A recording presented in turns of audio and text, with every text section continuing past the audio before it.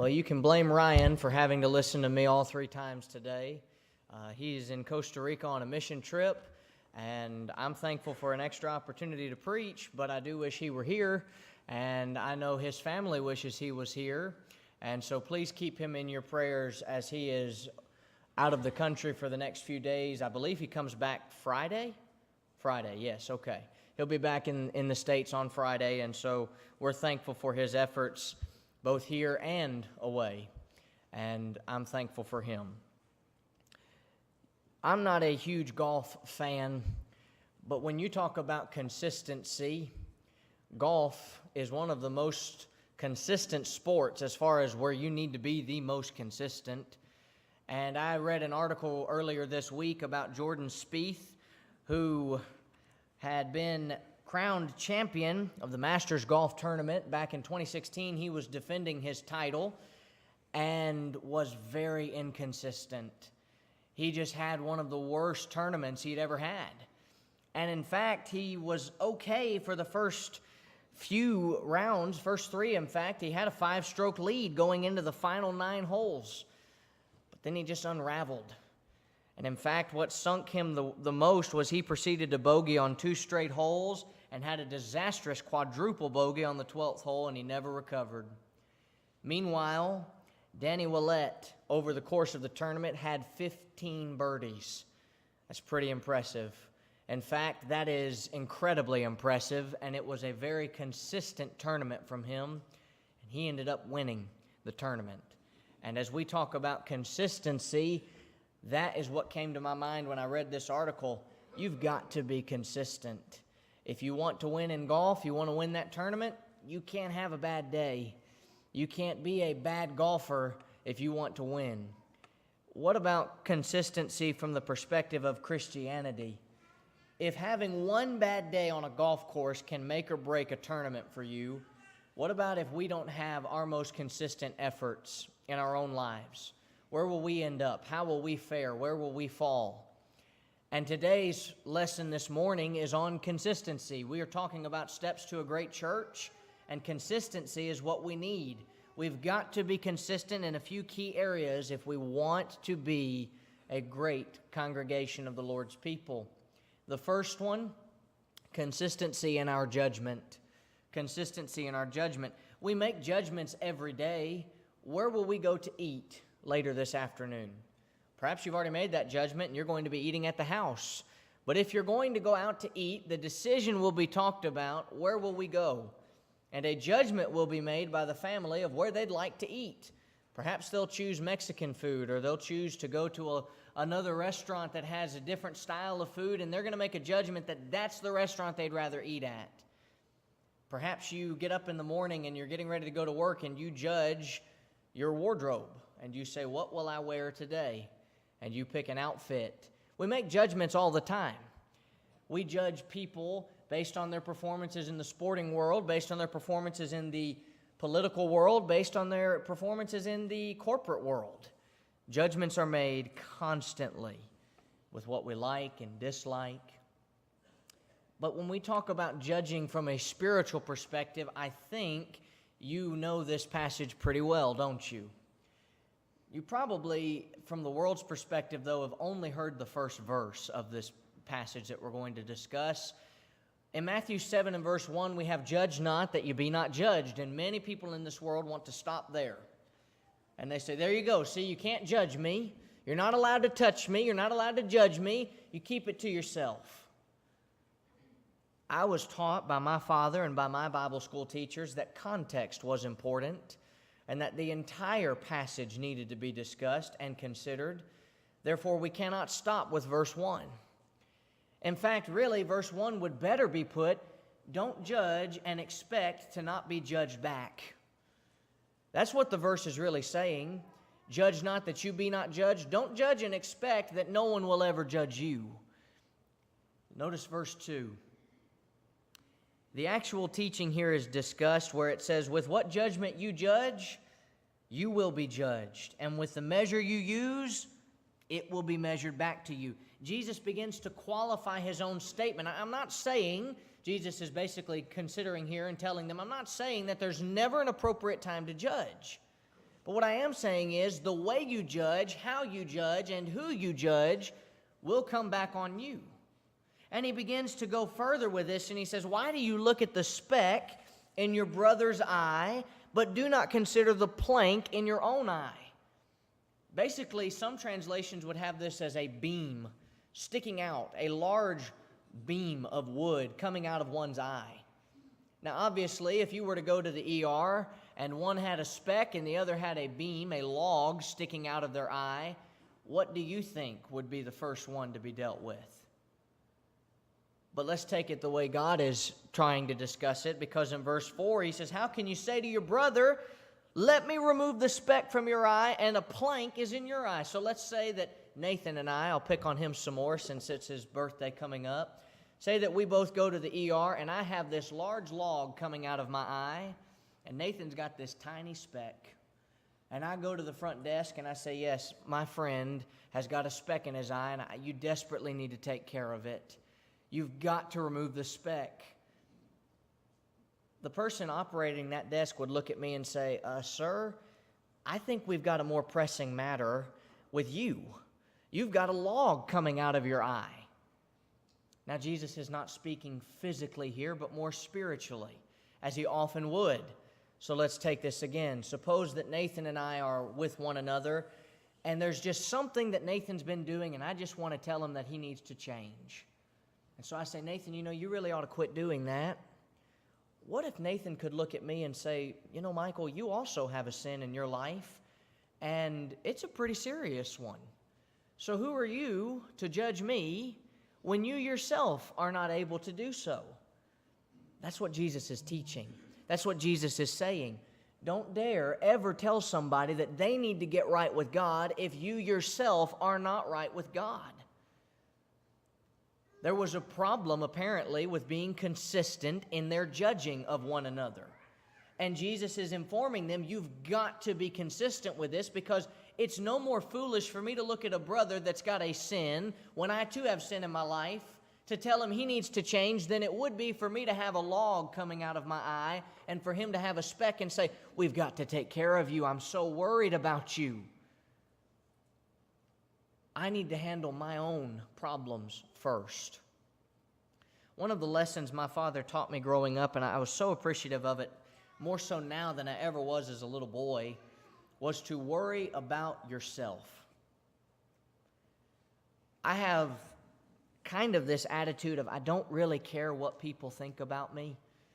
And that can be good, it can be bad. I have to make sure that I keep it in check to where I don't become so much like that I don't ever consider that I might need to change. But if I know that I'm doing the right thing, I don't care if someone doesn't like me for that. It doesn't really bother me if someone says, well, I don't like that that's how he is. As long as I'm the right person and the right Christian, that doesn't really bother me. One of the biggest reasons, my father. My father taught me from a young age, don't worry about what other people are doing. Don't worry about what other people are saying or doing to you. You worry about yourself, take care of yourself, and if you do that, you don't have to worry about what other people are saying. That's the ultimate message in this passage. Take care of your business first, then go take care of the other. You know how I know? Because that's what verse 5 tells me. Jesus says, hypocrite. You're a hypocrite if you have this mentality. First remove the plank from your eye and then take care of the speck. Jesus does not say here, you are never going to be in a position to judge the other. You're never going to be in a position to help another person. No, Jesus says you can, but you first must take care of your own house. The same teachings applied in Galatians 6:1. Brethren, if someone is overtaken in a trespass, you which are spiritual, right? Restore such a one with a spirit of meekness. What that verse is saying is that I must first consider myself before I go talk to anyone with a sin problem. Matters of judgment. I must first look in the spiritual mirror, as James talks about in James 1, and ask myself, do I have anything to take care of? James puts this picture before you and before me as this person who goes into the mirror. They look upon themselves. They've got their hair all in disarray. They've got a lot of things to take care of. And they walk away going, I look just fine. And there are a lot of people who spiritually do that. They go to the spiritual mirror and they see the problems that sin has brought upon them, but they walk away saying, I'm okay. I don't have to do anything. When I wake up in the morning, I need to take a shower because my hair is all over the place and I've got to fix it. That's the only way to fix it. So I have to do that. It would be foolish of me to look into the mirror and see my hair going all over different ways and say, I look presentable to go out today. I make a judgment when I see myself that says, I got some cleaning up to do before I'm presentable. And that's what Jesus is saying here. Before I can talk to anyone else, I must first make myself spiritually presentable to the Lord. Before I can tell anyone else how they must be spiritually presentable, I need to be spiritually presentable. I want you to notice how there's this contrast found between the sincerity and the hypocrisy. The hypocrite says, I don't have anything to fix, but you sure do. Sincerity says, I too have to fix things. I too need to be better in this area. Let's be better together. Let's work together and do this. It tells me when I see a beam in my eye to take care of it, it tells me that I don't demean somebody. I don't belittle. I don't show how spiritual I am by telling them that they're wrong. I need to tell them I've been there too. Can anyone in this auditorium this morning say that they stand before the Lord sinless their whole life? Or that they have ever stood before the Lord for their entire lives sinless? Can anyone say that? Apparently these people had that mentality, though. We don't have anything to fix, but you sure do. We've got to be consistent in our judgment. We have to be right first. Ezra 7:10 tells me that before Ezra went to anybody else, he first prepared his heart to do what? To seek the law of the Lord and to do it. It was not enough for Ezra to seek the law of the Lord and to know the law of the Lord and to understand the law of the Lord. He had to be a doer of the word and not a hearer only. And in fact, in 1 Timothy 4:16, Paul writes, take heed to yourself and to the doctrine. Continue in them. Take heed to yourself. Wait, you mean I need to be considerate of my own life and my own worries and my own problems? Yes. Take heed to yourself. And the result of taking heed to ourselves is that we will save both ourselves and those that hear us. But we must first be right with the Lord. I make spiritual judgments every day. And I am commanded to make spiritual judgments every day. But I must make them appropriately. I must be able to judge consistently. And I must be able to withstand judgment of my own life. I don't want to be a politician because it's almost always the case that the politician has some big scandal that comes out before the election, right? Something in their closet that they didn't want found that is brought to light. I want nothing in my closet, no skeletons. I want no scandal attached to my name, and I hope you feel the same way. Because when I judge another, I open myself for the same judgment, and I need to be ready and willing to take it. We need to be more consistent in our judging. But then, secondly, this morning, we need to be more consistent in our teaching. There needs to be consistency in our teaching. I want you to go to Matthew 23, verses 1 through 8, and I want us to look at people who say and do not. In Matthew 23, you have one of the sharpest and greatest written rebukes that we have recorded in Scripture, and it is a rebuke of Jesus rebuking the Pharisees and the Sadducees. And notice what he says, beginning in verse 2. The scribes and Pharisees sit in Moses' seat. They have made themselves the authority figures. They sit upon the seat of Moses, and they basically say, we are going to enact what Moses' law would have us to enact. And we're going to bind what Moses' law would have us to bind. We have Moses' authority. But notice verse 3. Therefore, whatever they tell you to observe, that observe and do. But do not do according to their works, for they say and do not." What are you saying, Jesus? Oh, you know the Pharisees, they talk a good game.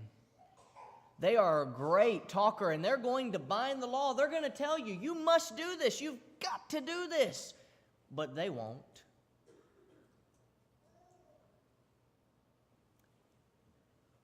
What kind of leadership is that? Aren't these the people who are supposed to be the spiritual leaders of this time? And what kind of leadership is it for the one who is supposed to be leading spiritually to say, you've got to do this? I sure don't. I'm not needing to do all of that. But you need to. I love stories of great moments of leadership, and I love the people who lead in such a way that they say this type of attitude. If we need to build something, I'm going to be right there with you, laying the foundation and laying the brick. If we need to accomplish something, I will get just as dirty as you will get in building that building. Because I am not above some hard work. And a spiritual leader needs to say, if we must be spiritually focused, I am not above being spiritually focused with you, and admitting and considering that I myself may have some things to tighten up, so to speak. I went to my mother's, of course, and father's for Christmas, and while we were playing games, I noticed that the chair I was sitting in was a little wobbly. And it's not because I'm overweight, I know what you're thinking, but it's not that, I promise. The chair was just loose, okay? So I got some tools and I tightened the screws, right? You know, after I did that, the chair was as good as new. Tight and firm, and I sat on it and I wasn't shaking, I wasn't wobbly all over the place. See, the chair wasn't broken, it just needed to be tuned up. And a lot of times we're not broken, we just need a tune-up. We just need to be tightening the screws a little bit. To admit that you're spiritually struggling is not admitting that you are broken. It's admitting that you are in need of a tune-up. It is admitting that you need to tighten the screws a little bit more. All of us can struggle. But when we teach the gospel of Christ, we cannot be like the Pharisees who say the word of God but do not do it. Oh, and notice what Jesus says after this, because in verse 4, he says this, they bind heavy burdens that are hard to bear and lay them on men's shoulders, but they themselves will not move them with one of their fingers. These spiritual heavy burdens are bound by them. And you might ask, well, what are they? Well, we know from other places that we'll even discuss in our lessons today that they often would bind tradition as law. They would often say, this needs to be done. It is a law of God, when really it was nothing more than a tradition of men. And they would often ask the people and expect the people to keep those traditions as law. There were other times where they might have had you say, well, you've got to pluck the grain this way to be pleasing to God, or you must wash your hands if you want to be pleasing and acceptable to God. I'm sure they would have the mindset of cleanliness is next to godliness. But you know, that's not found in the Scriptures. That's not a command of God. It's a good principle. It's a good thing to do, to wash your hands before a meal or when your hands get dirty, to have some good hygiene there. That's a good practice. But it's not going to keep me from heaven if I don't do it. But they sure acted like it would. And they had this mentality that the burdens that they were binding upon people, they had to follow, but they refused to carry themselves. But notice verse 5. All their works they do, what do they do it for? What's their motivation? They just want to be seen of men. They make their phylacteries or a scripture box broad and enlarge the borders of their garments. They love the best places at feasts. Oh, you give them the best seat and they'll love it. The best seats in the synagogues? Yes, sirree, I want that seat. I want to sit in the best place. and you need to give it to me. Greetings in the marketplaces, and they love to be called by men, Rabbi, Rabbi. Oh yes, I'm your rabbi, but you don't be called rabbi. There's only one teacher, the Christ, and you are all brethren. They want to be rabbi, but they will never be. They want to be the most important figure in the church and in the mindset of the religious world, but they will never be.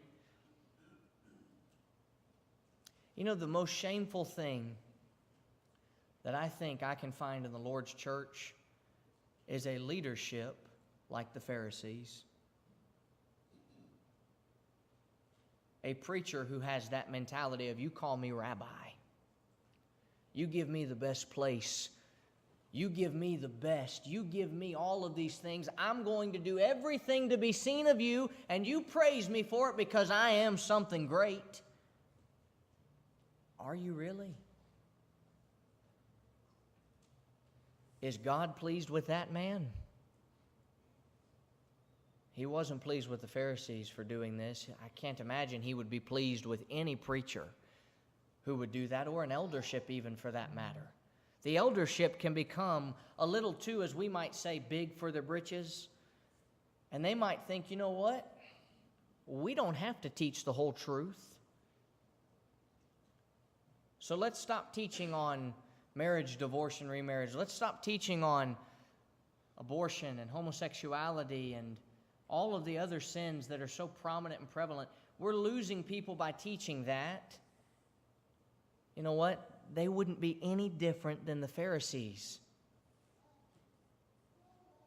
because all they're trying to do is please men. And in Galatians 1 and verse 10, Paul says, am I a man pleaser?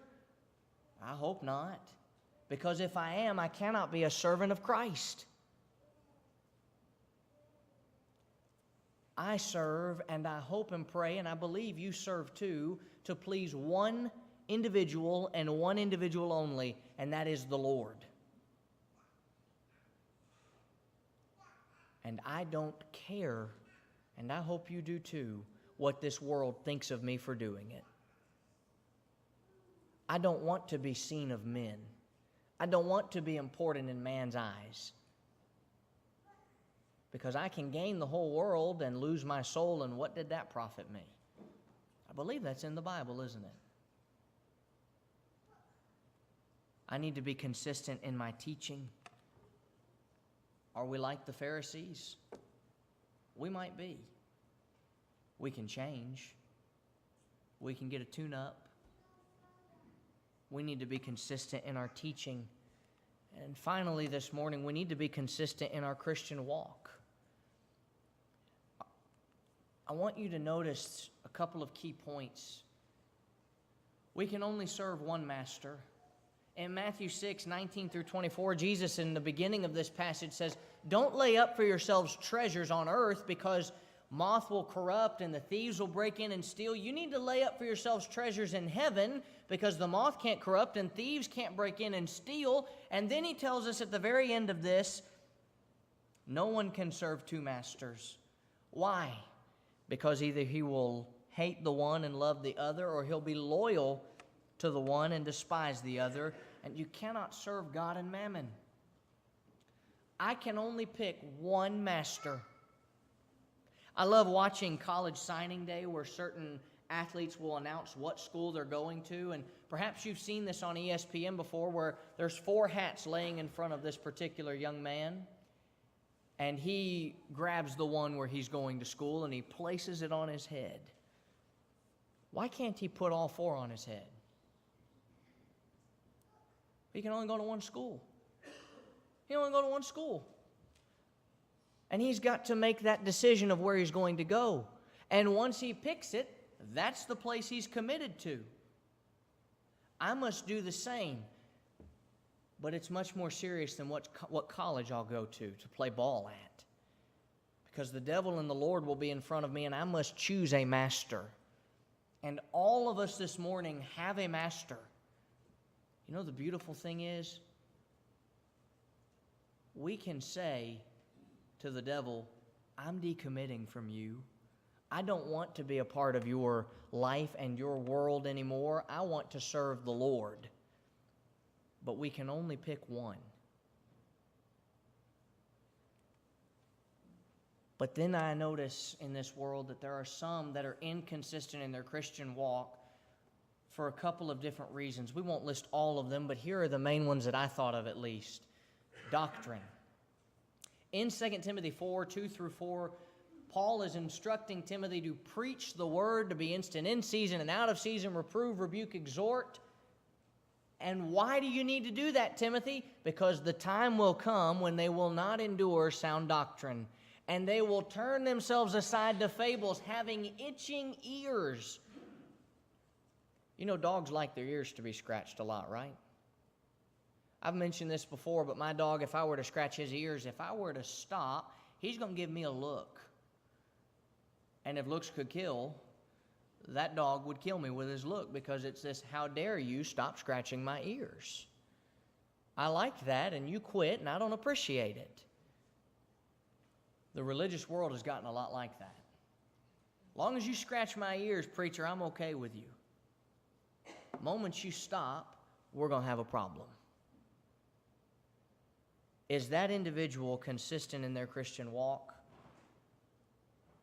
When the verse right before this one is to be instant in season and out of season, and I've mentioned this before, one preacher said when they wants to hear it and when they don't wants to hear it.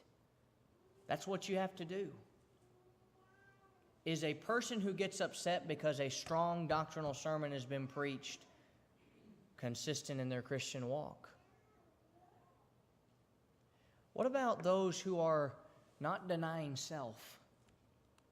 In Luke 9, 23 through 26, Jesus says, you need to take up your cross and follow me. But he says, first you've got to do something else. Deny himself.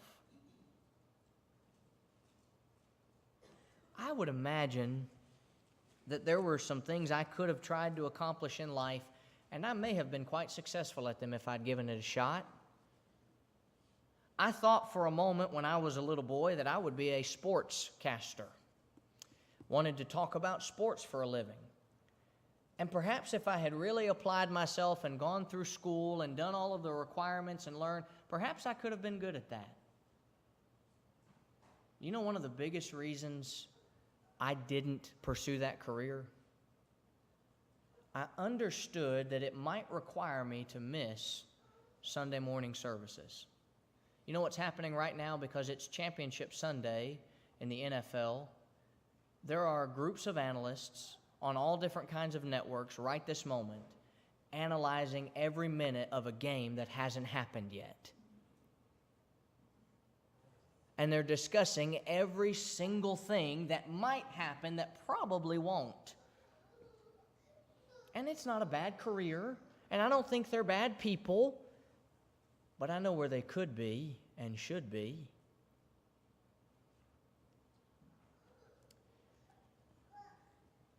I needed to deny myself and an interest that I had because I knew it wasn't going to help my Christianity. And perhaps some of you have a similar situation and story. Some in this world that I know have denied themselves in giving up their own families to become Christians. And they are consistent in their Christian walk because they had to give up so much to do it. But the person who is unwilling to deny self cannot hope to be consistent in their Christian walk, because we're told to first deny ourselves, then take up the cross, indicating that we cannot take up a cross until we first denied ourselves. We can try, but it will be too heavy for us because we will still have too much baggage on top of us. What about those that love this world? 1 John 2, 15 through 17 gives us this great passage, and it's one that we know well. To love not the world, nor the things in the world. For all that is in the world, lust of the flesh, lust of the eyes, the pride of life, what does it do? It's not of the Father, but it's of the world.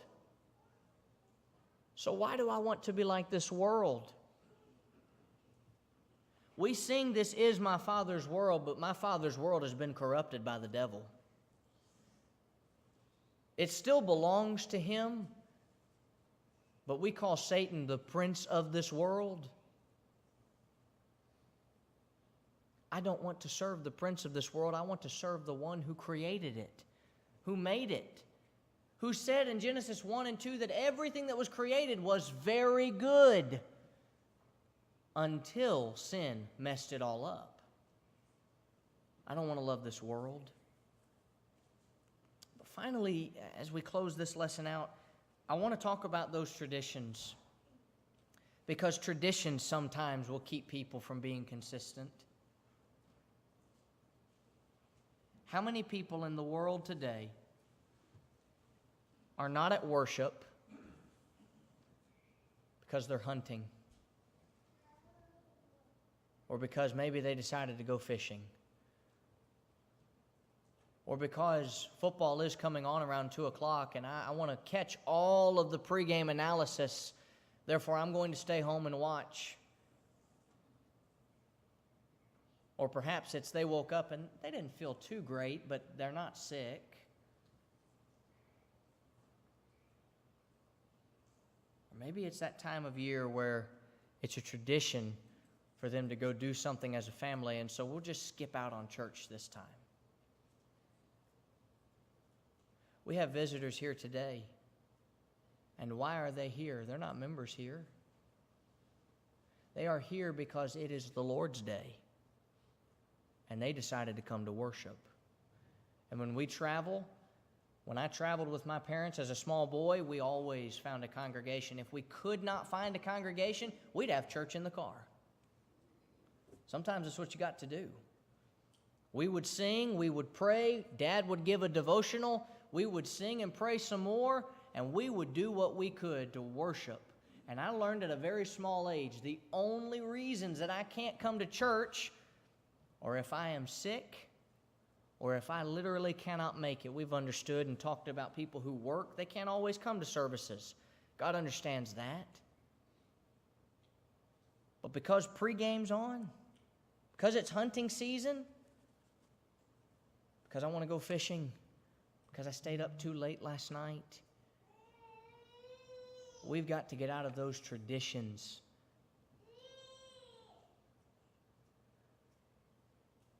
When I look at Matthew 15, 1 through 9, I see a passage of Scripture where the Pharisees and the scribes came to Jesus and said, "Why don't your disciples wash their hands before they eat?"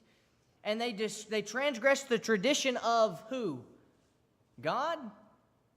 The Lord? The elders. Why are they transgressing the tradition of the elders? Now, they're not talking about elders of the Lord's church, because the Lord's church hasn't been established yet.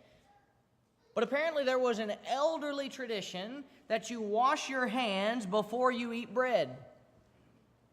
And Jesus gives them this commandment and discusses them, and he says, why do you transgress the tradition? No, he doesn't even say tradition, does he? Why do you transgress the commandment of God? You want to come to me with a tradition? Jesus says, okay, I'll take it a step further. Why don't you do the commandment of the Lord? And he says in verse 9, in vain they worship me, teaching for doctrine the commandments of men. It does not matter what man says. We must serve the Lord. And in 2 weeks, as far as football is concerned, the biggest day of the year is coming. It's going to be the Super Bowl. Now, for a congregation like us, that's not really a big problem. We have afternoon services, so to speak. We've got 2 services in the morning and Bible class, so we don't have an evening service. But there will be many people who will forget that they can record the game, and will forget that it's okay not to watch it live. And because of a tradition, they will skip worship to watch a game that this time next year will be meaningless. But worship will always be meaningful. I've heard that passage of Scripture before. Me too. But I continue to be amazed at how it continues to help me. So as we talk about these steps to a great church, and we've laid the foundation, and we've talked about the morality and the benevolence and now the consistency, I've got to ask you this morning, are you consistent? I had to ask myself that. And I think at times the answer is no. So I repented of that. Does anyone else need to? I'm not exempt from this. Nobody's exempt from it. I can tell you this much. If we're consistent in judging and in teaching and in our Christian walk, I know the church can grow. But will you be a reason that it does? Perhaps you're here and you're not a child of God and you desire to become one. We've been given a very clear process on how to become Christians. We've called it the plan of salvation, the steps to salvation, so to speak. There's hearing, believing, repenting, confessing, and being baptized. I didn't pull those out of a hat. You read through the book of Acts and you find all of those steps discussed. Read through the New Testament, in fact, and you'll find these steps discussed. And if you need to do that this morning, that would be wonderful. But perhaps you haven't been consistent and you desire to be more consistent. There is another process that we must go through and follow, and that's remaining faithful. And if you have not been consistent in your faith, now is the time to renew. Won't you come as together we stand and sing?